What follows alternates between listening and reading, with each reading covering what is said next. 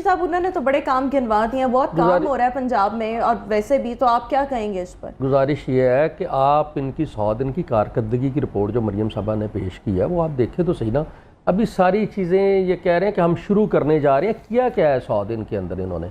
दूसरा ये बात करते हैं प्राइवेट पब्लिक पार्टनरशिप की, तो गवर्नमेंट किस लिए टैक्सेस लगा रही है?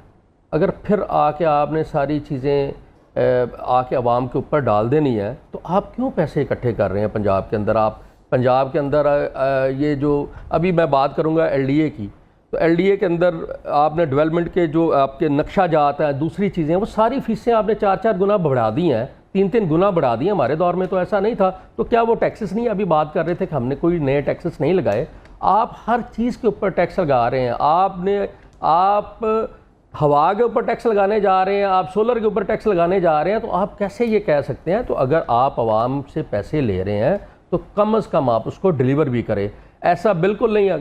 अच्छा ये देखें कि आपने कौन सी ऐसी सड़कें बना दी हैं पिछला एक आपके पास 16 महीने आपने पहले भी हुकूमत की है, मरकज़ के अंदर आपकी हुकूमत थी, ठीक है, और आपने कोई ऐसा मुझे नहीं लगता कि आपने बिल्कुल मरकज़ की भी तबाही की है। और उसके बाद गुजारिश ये है कि जब आपका, मैं तो शुरू से बात करूंगा, अगर आपका इलेक्शन ही मुतनाज़ है, अगर आप पूरी तरह वो मैंडेट लेके ही नहीं आए तो आपको आवाम का क्या दर्द होगा।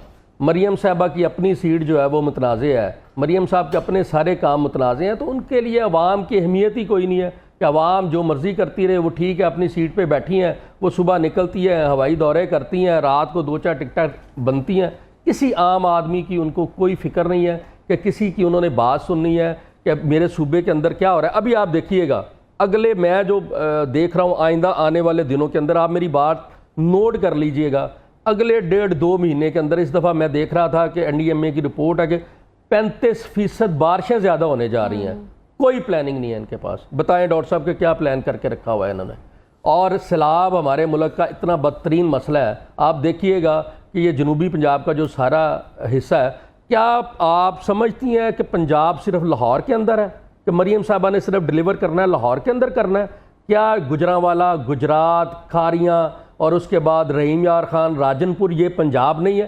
क्या किया इन्होंने 100 दिन के अंदर इन सब इलाकों के लिए? आप लाहौर में निकलती हैं, आप सुबह निकलती हैं, जाती उम्रा से निकलती हैं या 7 क्लब से निकलती हैं और एक चक्कर लगाती हैं लाहौर का, और आप कहती हैं कि जी मैंने सारा कुछ कर दिया। ऐसे नहीं होता। आपको उन इलाकों का भी देखना पड़ेगा। लाहौर की अगर 1.5 करोड़ आबादी है तो बाकी सारे पंजाब की 10.5 करोड़ आबादी है। उसके लिए आप क्या कर रही हैं? उसके लिए आपने ज़िम्मेदारों का बेड़ा गर्क कर दिया, आपने गंदम के साथ वो प्ले किया। आइंदा आप आने वाले दिनों में देखिएगा, जब आइंदा ये इलेक्शन में जाएंगे तो इनके साथ किसान क्या करता है। अगर आपने गंदम के ऊपर इस तरह लगाना था तो आपको चाहिए था कि आप उसकी जो ज़रई अद्वियात हैं, जो बाकी चीज़ें हैं, वो सारी आप उसको कंट्रोल करते हैं। वो आप नहीं कर सकते। वो आप क्यों नहीं कर सकते? तो वहाँ पे एक